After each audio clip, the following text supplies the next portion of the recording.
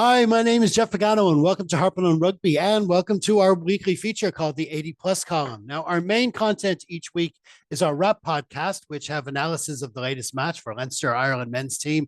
Our latest pod was, of course, looking back at Ireland's bonus point win over Scotland last weekend. You can check that out on all the major platforms. Now, as for this 80 Plus column, it's sort of a weekly newsletter for taking a quick look at the rest of the rugby world just to see what's going on. Now, this video is all about a segment we call the Front Five, which is a selection of five eye-catching, egg-chasing quotes and links from around the rugby media landscape. As you can see, we're trying out a new location for the video on our Substack channel. We've just started that out. I'm getting to know the place. I hope to be able to do more actual writing here to go along with the videos and pods. But anyway, as you can see, I've got five headings here lined up. So let's crack on with this week's articles, shall we? Starting with this one is probably the biggest news of the week so far. It's about Warren Gatland. The headline reads, Warren Gatland has been lined up for a new job hours after resigning from Wales. Now, I picked this article from my favorite source of clickbait, ruck.co.uk. Now, I do see the irony in, I have a feature called the Clickbait of the Week, where I want to warn you about websites that are just looking for you to click with dodgy headlines, with misleading kind of headlines. And I keep going back to this one, ruck.co.uk, which means I'm clicking it every week, but I guess I'm doing it so you don't have to, I suppose, is what I'm saying. It's the best source of examples for clickbait, and I just want to highlight it wherever I can. So it's I see the kind of the paradox that I keep going back to it, but I'm not offering a link there. As you can see, I put a graphic there in the screen. There usually in that box there's a QR code, but I'm not sharing the links because I it's a very poorly put together site. There's ads in weird places, and it's badly run. Articles are really hard to read, but this feature is about all forms of media, and these are the sites that you want to avoid. It's a good example of that, so that's kind of why I do it. But anyway, listen, let's get to the story. Warren Gatland, for some reason, he decided to wait until right in the middle of the Six Nations. I mean, for me to quit, for me that's counterintuitive. I mean, they'd already lost 12 in a row going into the Six Nations. They knew they had France away, so they must have known they were going to lose that. They might have, maybe they thought, okay, if we can nick a win in Italy, at least that'll be something, and we'll work our way through the competition. But it was in Rome. Italy are getting stronger. It's a bad strategy because it was a risk, and the last thing you want to do in any campaign is to change your coach halfway through, especially the Six Nations, which just last 7 weeks. You know, you've got squad morale and stuff. I know squad morale was low as it was, and he probably should have gone sooner. But for me, it's not really fair on somebody else coming in. You've got Mike Sharrett of the Cardiff Blues, sorry, they're not Cardiff Blues, they're just Cardiff Rugby. They're actually going pretty well in the URC this season. They've had a few good results. They're chasing for the top 8, and now he's got to go and look after the national team and all the pressure that goes with that for the rest of the season. Not fair on him. It's not really fair. The whole thing's not fair on the fans. And I wouldn't completely blame Warren Gatland either. I mean, there's so much going on in the Welsh Rugby Union. It's a total mess, but it's just a shame, the whole thing. The quote I've chosen here is that the decision has left many Welsh fans puzzled as no long-term replacement has been confirmed. It's like I don't know, it's a half measure, and it's just another example of what's going wrong with rugby in Wales. There has been talk of possible replacements. Like I say, Mike Sharrett is going to take over for the rest of the Six Nations, but the names that are bandied about there are Michael Cheika, Simon Easterby, which sounds, obviously Ireland don't want to lose him because things are going well at the moment, especially, now. So in this Six Nations where he's actually taken the reins of the Irish team, but he does have Welsh connections.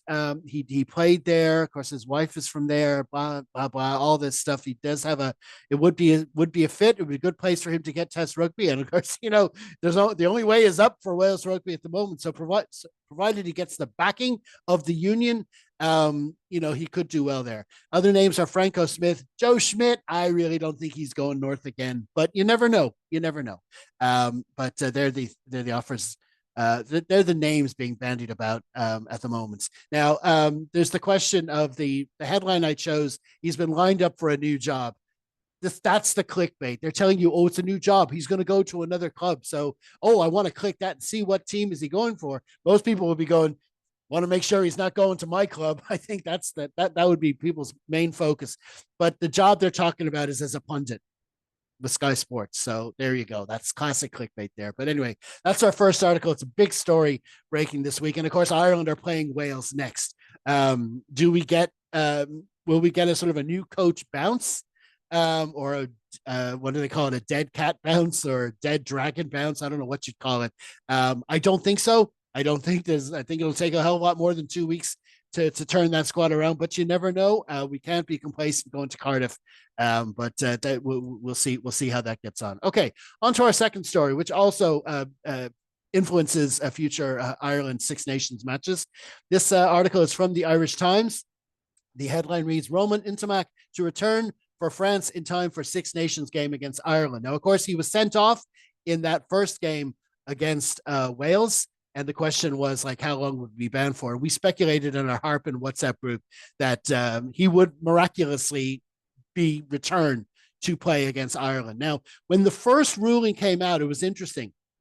They announced the decision that he'd be banned for a certain amount of weeks, certain amount of games, but then they also had to specify what those games were, because with the Six Nations overlapping, there's a couple of domestic matches in between. The top 14 would have some matches during the Six Nations.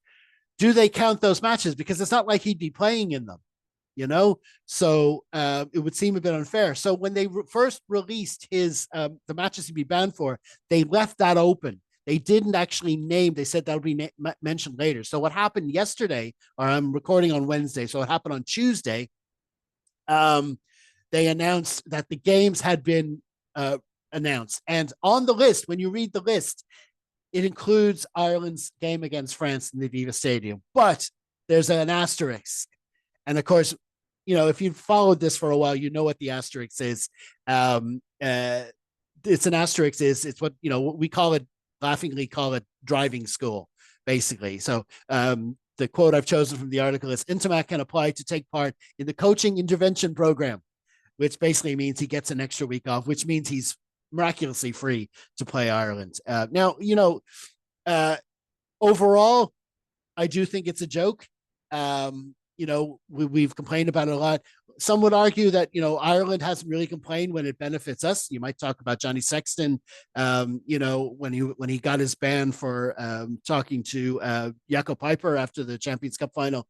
He miraculously was back in time for the World Cup. That's fine. You could also argue that we're talking about two different things. We're talking about head injury. For me, with this story, it's not so much the fact that he's back to play Ireland. It's the fact that he just got basically 3 weeks for what was a nasty and ridiculously stupid challenge, and a game that was well won. There was no need to go anywhere near it. But listen, it's that's a debate that's going to go on and on. But the fact is, Intimac will be free to play Ireland in the Aviva. So there is that. Okay, third article now. This comes from the 42.ie. And of course, we're talking about the men's Six Nations, but the women's Six Nations is gearing up. They're played separately now, which I think is a good thing. So the women's Six Nations will kick off on, I think it's March 22nd. And this headline is about the announcement of the first training squad. So I think they named 40 names. Scott Beeman, the coach, has selected a wider squad to start preparing for that Six Nations. They'll get together for a camp ahead of their opening match against France at the Kingspan Ravenhill on the 22nd of March. Now, there's a blow in that the captain, Sam Monaghan, has been ruled out. That is a big, big blow. This is a big year, of course, for Irish rugby. It's a World Cup year. We've qualified. After not qualifying for the last one, that was the lowest kind of ebb. And then we finished bottom of the Six Nations as well a couple of years ago. So we're kind of working our way back up from that, but things are improving. Win over New Zealand. We're getting wins. The team is starting to perform. We had a strong finish in last year's Six Nations, which put us into the top tier of the WXV tournament. Lots going well. at the moment, there's the Celtic Challenge tournament, the Celtic Challenge tournament, which is between the provinces or sort of made up teams. We're going to talk a bit about that more later. So there's a lot going on. The players are getting regular competitive games, and it's feeding in to the Six Nations, which itself will help us prepare for that World Cup. So there's a lot going on. And it's exciting time for women's rugby. They just got to keep the momentum and keep pushing forward and keep expanding. Don't just rest and be happy with what they are. But it's a shame for Sam Monaghan that's not available for the squad. But there's a lot of names in that squad, and it's very strong. You read through the names, it's a very strong squad, and they're all in that article. Okay, fourth article is also about women's rugby. It's from the Leinster Rugby website. It's the headline reads, a Leinster documentary, This is Leinster, goes live this evening. Now, this article is from last week. It's about a series of mini documentaries that are being published on the Leinster Rugby Plus site, which is kind of it's a streaming service where sometimes you pay for matches, but this is actually free. So you go in, register for free, and you can watch these videos. And it's very interesting. I like to plug them. I watched the first one. Basically, they're following the Leinster women's rugby team into their recent interprovincial championship victory, where they won it for the second year in a row. Tanya Rosser is the coach. This follows the team. It gives you a sort of a personal look at some of the players. It follows them in it. They had a pre-tournament training camp at Tullamore Rugby Club. They had a team bonding session, all that kind of stuff. It shows them getting together. And then it focuses on three players in particular, Hannah O'Connor, Ruth Campbell, and Emer Corey. It talks about their lives, their working lives, their history playing rugby, how they like rugby, their training schedules, all that kind of stuff. It's very interesting documentary. The one thing I will say about it is, it's not so much it's not a negative about the documentary. I do think it's important to do these things. It's important to promote the game, important to promote the team, and most importantly to promote women's rugby.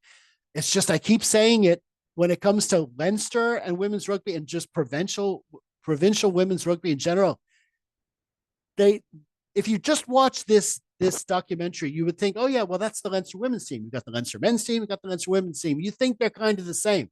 The Leinster men's team are a full-time professional outfit that play at least a minimum 22 competitive matches per season, and knockouts on top of that. And that goes right through from September all the way through to May. This Leinster women's team, this is a documentary about a team that just was taking part in a tournament for 4 matches, 3 round robin and a final. And their season, I'm pretty sure that competition was over when the men's season started. So Leinster, they were started, they were fit, they had their training camp, they had 4 or 5 weeks of games, and then done. And that's it. And then the Leinster team, you won't see the Leinster senior women's team play again, I don't think, until next August, which is a shame. I mean, the Leinster brand is so strong. And the other provinces, all 4 provinces, have well-established brands, well-established fan base, season ticket holders, buy the jerseys. They want to go see their province play rugby. They would be into women's rugby if they were playing, wearing their provincial jersey, but they just don't get the chance. What happens is this Celtic Challenge competition, which is on at the moment, they couldn't get 4 teams into it, which I do understand. There's 2 from every, there's England, hello, Ireland, Scotland, and Wales, 2 teams from each. And that does make sense, which meant that Ireland had to kind of condense the 4 provinces into 2, and they kind of made up names, Wolfhounds and Clovers.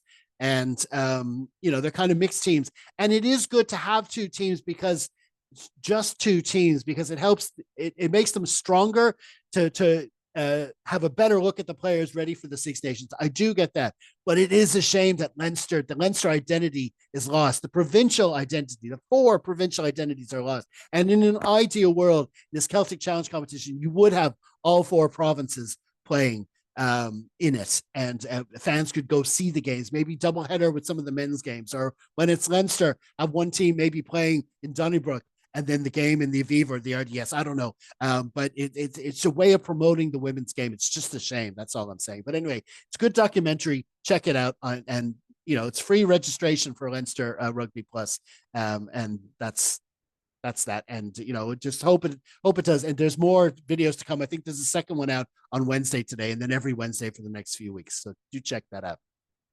Final article.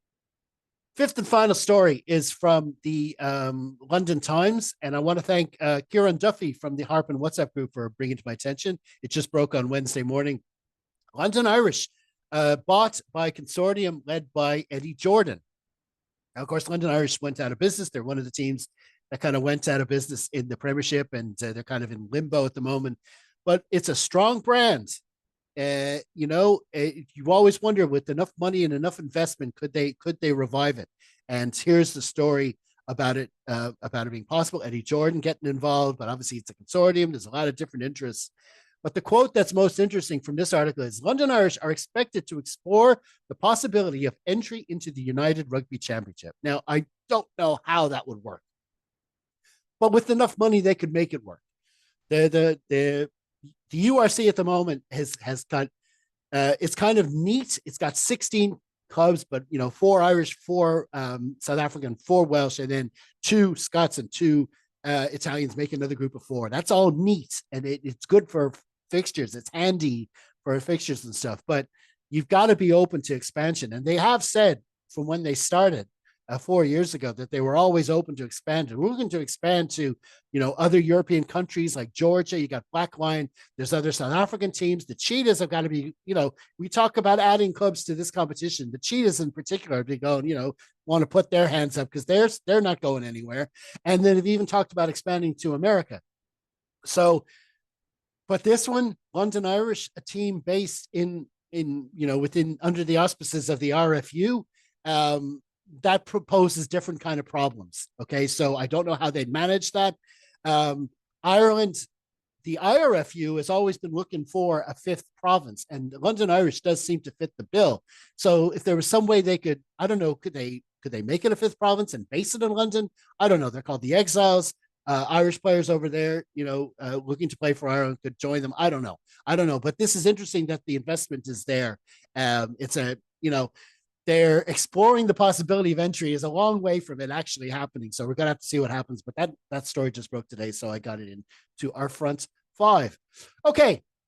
That completes this week's Front 5. Remember, we do a lot of other regular features on our 80 Plus column. You'll get all those actual links for the Front 5, of course. Plus, there's the injury update, and I pick a possible Leinster 23 to play the Ospreys at the weekend. It's not easy this week because we're not sure what players are coming back from the Irish camp, but I had to go at picking a 23 anyway. Our Troll Patrol feature, where we detain a social media commentator and charge them with gaslightery and general online mayhem. There's also updates on all the other major rugby tournaments, so you can get it all by heading over to our website at harpenonrugby.blog.